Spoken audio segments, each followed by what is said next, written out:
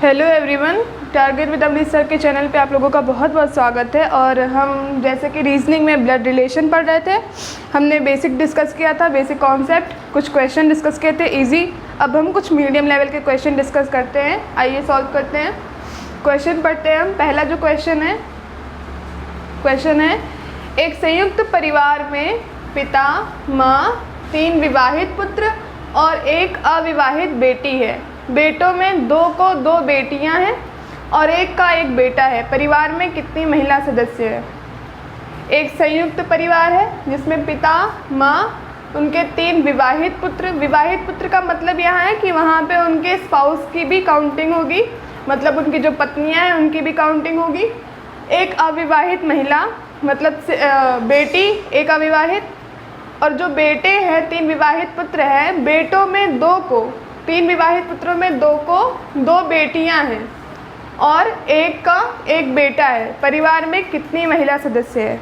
हम डायग्राम बनाते हैं। यहाँ हम वैसे लिखते हैं, पिता और माँ। पिता प्लस यानी पुरुष, माँ माइनस यानी महिला। 3 विवाहित पुत्र हैं इनके, 3 विवाहित पुत्र हैं। 1 पुत्र, उसकी पत्नी, दूसरा पुत्र, उसकी पत्नी,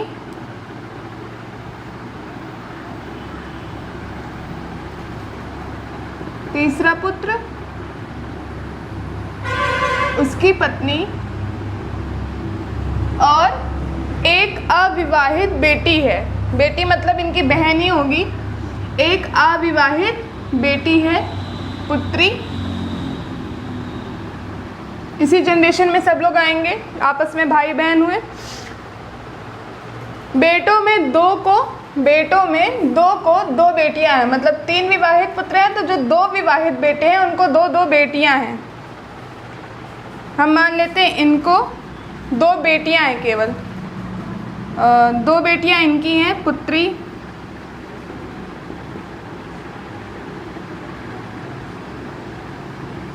यानी महिला माइनस, और इनको भी पुत्री है 2।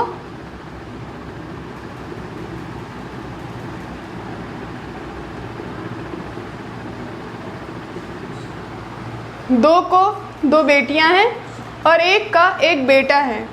2 पुत्र को 2 बेटियां हो गई, 1 पुत्र का 1 बेटा है, पुत्र यानी प्लस।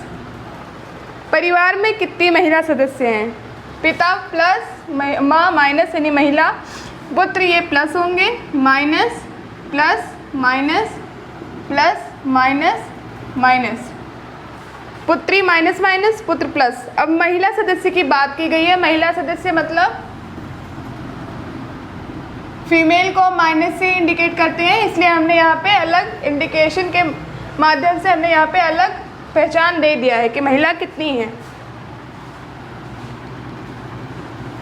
हम गिनते हैं, माँ 1, पुत्र की पत्नी 2, दूसरे पुत्र की पत्नी 3, तीसरे पुत्र की पत्नी 4 और एक इनकी जो है पुत्री 5। फिर पहले पुत्र की 2 पुत्रियां 6 और 7, दूसरे पुत्र की 2 पुत्रियां 8 और 9। तो आंसर आता है आपका 9 महिला सदस्य हैं। परिवार में 9 महिला सदस्य हैं।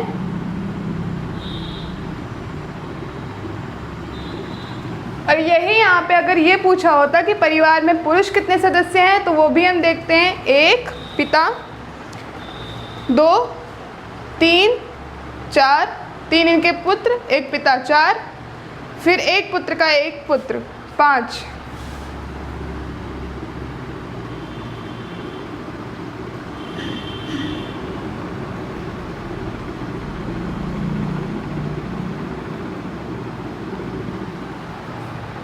आया समझ में?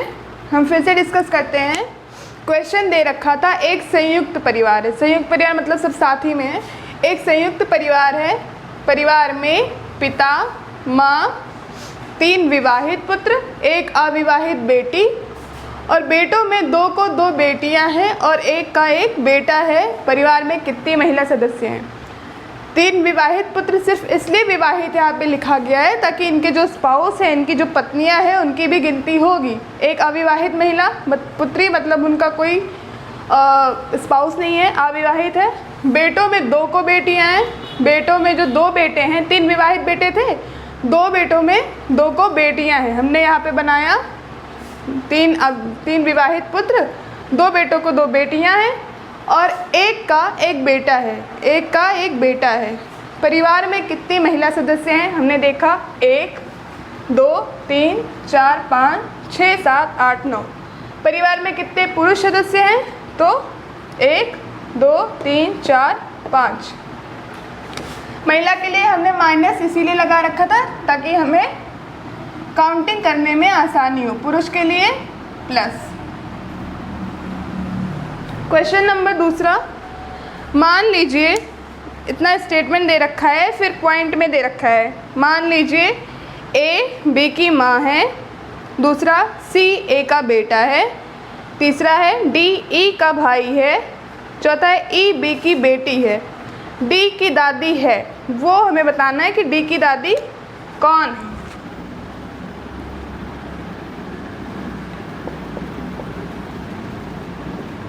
यहाँ पे हम डायग्राम बनाएंगे।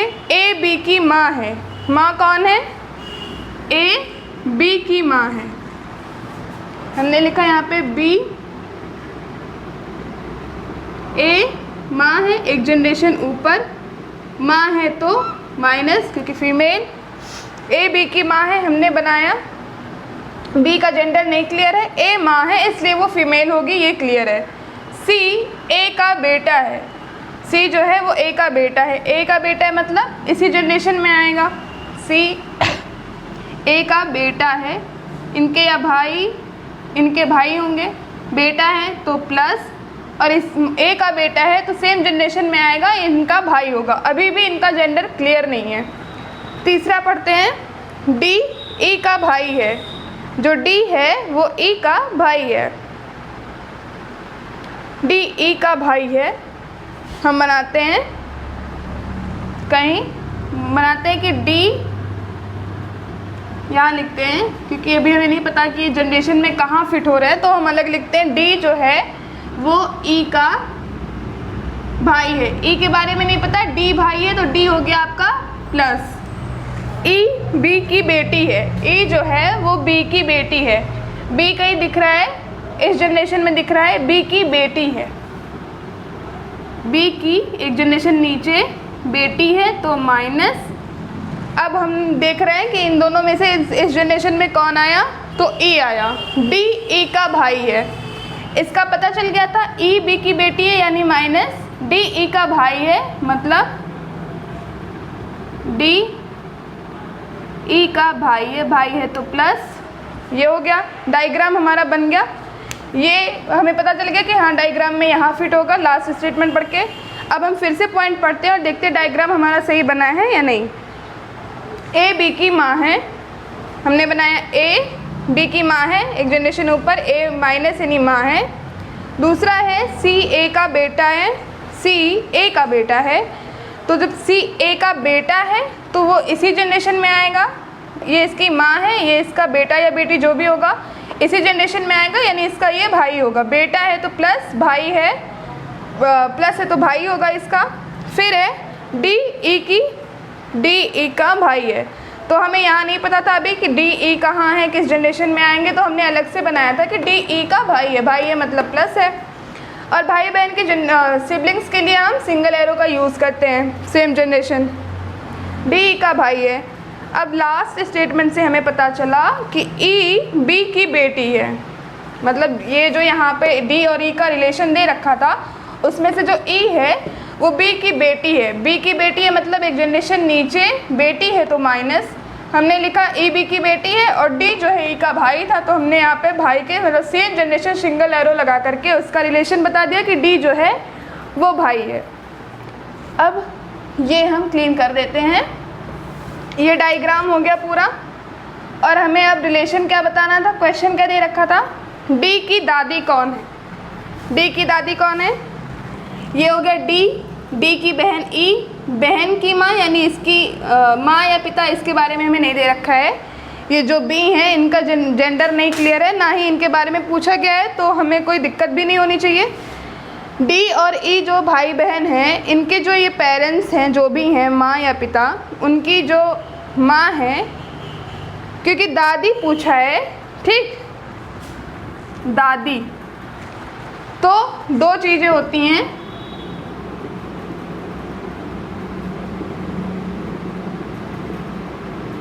पिता की माँ को दादी कहते हैं और माँ की माँ को नानी कहते हैं। ये तो सभी को पता है। और क्वेश्चन में दादी के बारे में पूछ रखा है, तो हम बहुत ही आसानी से बी का जेंडर हम बिना किसी क्लू के यहाँ पे पता कर सकते हैं। कैसे? क्योंकि दादी, डी की दादी कौन है, तो दादी तो पिता की ही माँ होंगी, पिता की माँ को दादी कहते हैं, माँ की माँ को नानी कहते हैं, तो ये जो बी हैं वो प्लस होंगे। ये पता चल गया, हमें समझ आया। क्योंकि देखिए बी का जेंडर हमें इन चारों स्टेटमेंट से पढ़ के नहीं पता चला, हमने डायग्राम बनाया, हमें नहीं पता था, हमने मार्क नहीं लगाया।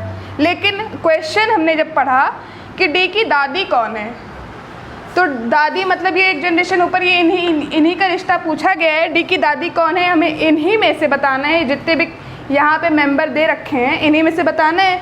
तो पिता की माँ को ही दादी कहते हैं, तो ये जो है बी पिता होंगे। तो डी की दादी कौन है? डी की बहन ई, ई और डी दोनों के पिता बी, बी पिता की माँ ए, तो डी की दादी कौन होंगी?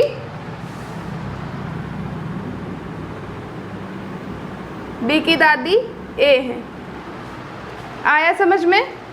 नहीं आया है तो हम फिर से डिस्कस करते हैं। मान लीजिए ए बी की माँ है, ए बी की माँ है, सी ए का बेटा है, यानी ए का बेटा है सी और इसका भाई हुआ, डी ई का भाई है, हमने बनाया डी ई का भाई है, ई बी की बेटी है, ई बी की बेटी है, ये भी सही है, सारे स्टेटमेंट सही है। डी की दादी कौन है? दादी के बारे में पूछा है, हमने यहाँ पे फटाक से ये क्लियर कर दिया क्योंकि पिता की माँ को ही दादी कहते हैं, तो इसका जेंडर हमने क्लियर किया, बी प्लस है। अब इन दोनों भाई बहन के पिता, पिता की माँ ए, तो ए जो है वो दादी होंगी। ये इतना समझ में आया। हम आगे बढ़ते हैं अगले क्वेश्चन की तरफ। ये है क्वेश्चन नंबर 3, हम पढ़ते हैं। 6 बच्चे फुटबॉल खेल रहे हैं जिनका नाम ए बी सी डी ई और एफ है। ए और ई भाई हैं, एफ ई की बहन है, सी ई के चाचा का इकलौता बेटा है, बी और डी सी के पिता के भाई की बेटियां हैं। इतना स्टेटमेंट है। फिर उसी से क्वेश्चन पूछा है, सी एफ से किस प्रकार संबंधित है, वहाँ कितने पुरुष खिलाड़ी हैं, वहाँ कितनी महिला खिलाड़ी हैं, डी ए से किस प्रकार संबंधित है। 6 बच्चे फुटबॉल खेल रखे हैं, उनका नाम दे रखा है A B C D E F और रिलेशन बता रखा है एक एक करके कि ई और ई भाई हैं, एफ ई की बहन है, सी ए के चाचा का इकलौता बेटा है, बी और डी सी के पिता के भाई की बेटियां हैं। सी एफ से किस प्रकार संबंधित है, वहाँ कितने पुरुष खिलाड़ी हैं, वहाँ कितनी महिला खिलाड़ी हैं, डी ए से किस प्रकार संबंधित है। क्वेश्चन हम बार बार इसलिए पढ़ रहे हैं और इतने धीरे, मतलब आप लोग को लग रहा होगा कि बहुत स्लो चल रहा है, बहुत आराम से बता रही हैं। 2 क्वेश्चन 4 क्वेश्चन एक दिन में, बेसिक कॉन्सेप्ट भी हमने काफ़ी डिटेल में बताया है। तो अच्छे से फॉर्मल जो है बहुत आगे क्वेश्चन लिख देना, फटाक से बता के चले जाना, वो बाकी सभी लोग करते हैं अलग अलग प्लेटफॉर्म पे। यहाँ पे इतनी डिटेल में सिर्फ इसलिए बताया जाता है, यहाँ पे इतनी चीज़ों को रिपीट इसलिए किया जाता है क्योंकि वो चीज़ें हमने खुद भी फेस की है कि बहुत सारे बच्चे, हम किसी कोचिंग इंस्टीट्यूट में जाते हैं, वहाँ पे 100-150 बच्चे हैं, हम पढ़ते हैं। जो लोग, जिनका माइंड तेज़ होता है वो तुरंत ऑब्जर्व करते हैं, क्वेश्चन लगाते हैं और चल देते हैं। जिनका नहीं तेज़ होता है वो कंफ्यूज रहते हैं कि ये कैसे हुआ। हालांकि समझाते टीचर बहुत अच्छे से समझाते हैं, लेकिन बहुत लोग ऑब्जर्व नहीं कर पाते, ये कैसे हुआ, वो कैसे हुआ। उन्हीं लोगों को ध्यान में रखते हुए हम बहुत ही स्लो और बहुत ही डिटेल में बता रहे हैं ताकि हर कोई बेसिक से समझे, उनका बेसिक क्लियर हो जाए। एक बार यहाँ पे जल्दीबाजी करने की ज़रूरत नहीं है। हमें क्या होता है कि हाँ पास में पेपर है, जल्दी जल्दी बताओ मैडम, जल्दी से पढ़ लें और आगे चैप्टर बढ़ाओ, कितने दिन एक चैप्टर में लगाओगी। लेकिन एक बार जब बेसिक क्लियर हो गया, आराम से रुक के धीरे धीरे पढ़ के समझ के, नहीं आया फिर से देखा, फिर से समझा, क्वेश्चन लगाया, समझा, फिर आगे बढ़े। तो जब बेसिक एक बार क्लियर हो जाएगी ना, आगे इतनी तेज़ रफ्तार आपकी हो जाएगी, खुद ही इतना बढ़िया कॉन्फिडेंस हो जाएगा, आप फिर नहीं अटकोगे।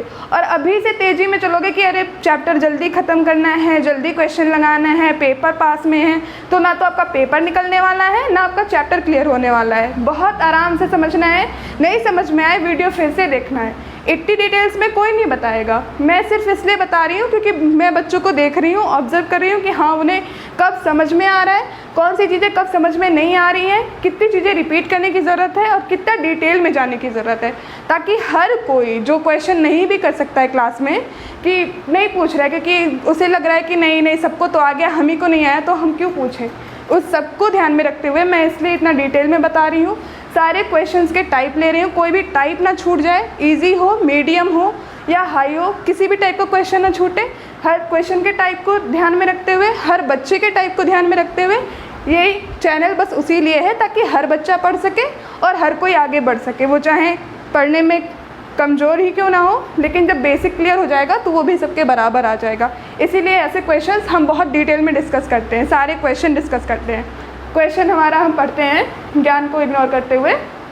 6 बच्चे फुटबॉल खेल रहे हैं जिनका नाम ABCDE और F है। A और E भाई हैं, F E की बहन है, C A के चाचा का इकलौता बेटा है, B और D के पिता के भाई की बेटियां हैं। ये इतने स्टेटमेंट इसलिए दे रखे होते हैं ताकि हम डायग्राम जब बनाएं तो हम फिर उन्हें भाई है, बेटियां हैं, बहन है, उन्हें प्लस और माइनस अलग अलग कर सके, फिर हम इन क्वेश्चंस को मतलब बता सके। तो हम डायग्राम बनाते हैं। 6 बच्चे हैं, 6 मेंबर है टोटल। कौन कौन है हमने देखा, 6 मेंबर हैं, A B C D E और F, इतने हमारे मेंबर हैं जो फुटबॉल खेल रहे हैं। अब है A और B भाई है मतलब कि A एक जनरेशन में आएंगे, A और B भाई हैं तो इनका जेंडर क्लियर हो गया, दोनों प्लस हैं। A और B भाई है तो दोनों भाई हैं। F E की बहन है, हमने बनाया F E की बहन है, सेम जनरेशन में आया, E का जेंडर नहीं पता चला। F के बारे में, F E की बहन है यानी F जो है वो बहन है माइनस।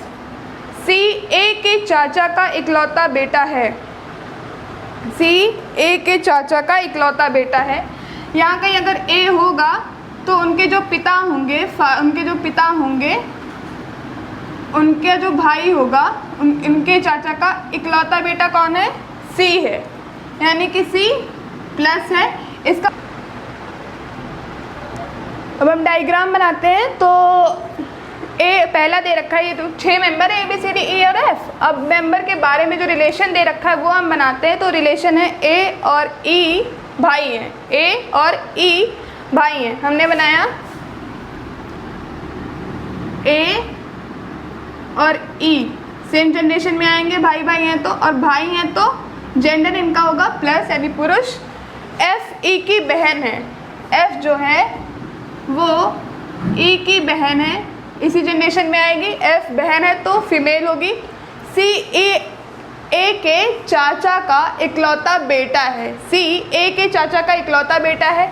चाचा तक कैसे जाएंगे हम, A के पिता के भाई यानी चाचा, A का चाचा यहाँ होंगे, का इकलौता बेटा है कौन, C।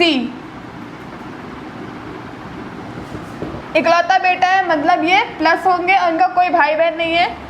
अब है कि इकलौता बेटा B और D, B और D C के पिता के भाई की बेटियां हैं, C के पिता की भाई की बेटियां हैं। B और D C के पिता के भाई की बेटियां हैं।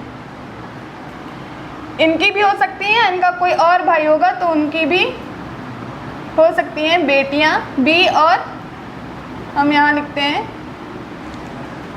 B और D C के पिता कौन होंगे, ये होंगे के भाई की बेटियां हैं, इनकी भी बेटी हो सकती है। और अगर एक और कोई भाई हुआ तो उनकी बेटियां हैं, हम मानते हैं उनकी बेटियां हैं कौन, B और D। B और D सी के पिता के भाई की बेटियां हैं, भाई की बेटियां हैं, तो बेटियां हैं तो दोनों फीमेल होंगी। सी एफ से किस प्रकार संबंधित है? पहला क्वेश्चन है हमारा, सी एफ से किस प्रकार संबंधित है? सी यहाँ है, एफ यहाँ है, एफ से किस प्रकार संबंधित है? किसके बारे में पूछा है? सी के बारे में। एफ से किस प्रकार संबंधित है? तो जो सी का रिलेशन है वो एफ से क्या है? तो ये होगा क्वेश्चन नंबर पहले का आंसर होगा सी एफ से किस प्रकार संबंधित है? तो चचेरा भाई। ये तो क्वेश्चन में दे रखा था ना कि एक सी जो है ए के चाचा का इकलौता बेटा है, तो ए की बहन एफ हुई ना, तो उसके भी तो चाचा का इकलौता बेटा हुआ, यानी चचेरा भाई हुआ। वहाँ कितने पुरुष खिलाड़ी हैं? वहाँ कितने पुरुष खिलाड़ी हैं? तो हम देखते हैं पुरुष कौन है। ए और ई भाई थे, 2 पुरुष ये हुए, सी इकलौता बेटा था, 3 पुरुष ये हो गए, तो 3 पुरुष खिलाड़ी हैं।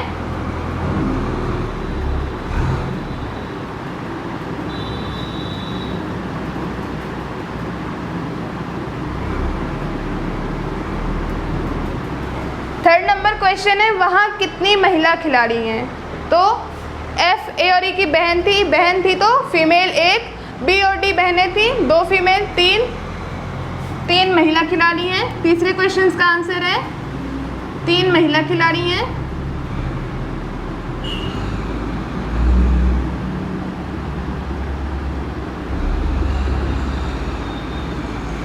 क्वेश्चन नंबर 4 है, डी ए से किस प्रकार संबंधित है? डी ए से किस प्रकार संबंधित है? डी ए से किस प्रकार संबंधित है? तो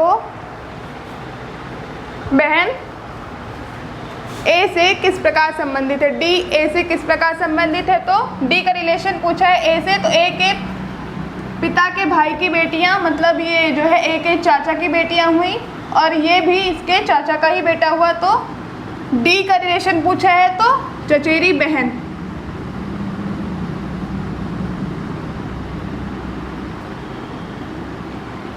एक क्वेश्चन यहाँ पे ये भी हो सकता है कि ये हमने तो ऐसा यहाँ पे दे नहीं रखा था कि ये चाचा की बेटियाँ होंगी।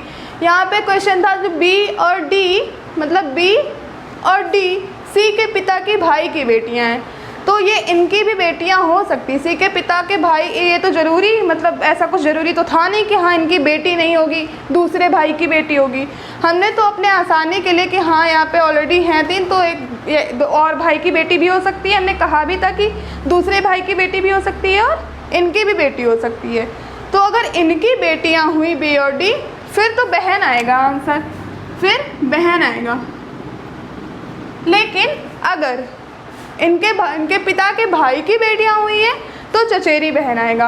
अब यहाँ पे ऑप्शन जो दे रखा होगा उस पर डिपेंड करेगा। हमने अपने आसानी से कि हाँ कैसे हो सकता है, कितने तरह से डायग्राम और एक्सपेंड हो सकता है और या फिर और भी पॉसिबिलिटी हो सकती है आंसर आने की, तो हमने दोनों पॉसिबिलिटी बता दी कि चचेरी बहन भी हो सकती है और सिर्फ बहन भी हो सकती है। वो ऑप्शन पे डिपेंड करेगा। क्वेश्चन क्लियर हो ही चुका है। अब आगे क्वेश्चन डिस्कस करते हैं। ये जो क्वेश्चन है इसे नोट कर लीजिए, ये हम बताएंगे लेकिन कल, और हमने आगे जो बता दिया वो आपको समझ में आ ही गया होगा। नहीं समझ में आया तो कमेंट बॉक्स में आप क्वेश्चन पूछ सकते हैं, वीडियो को फिर से देख सकते हैं।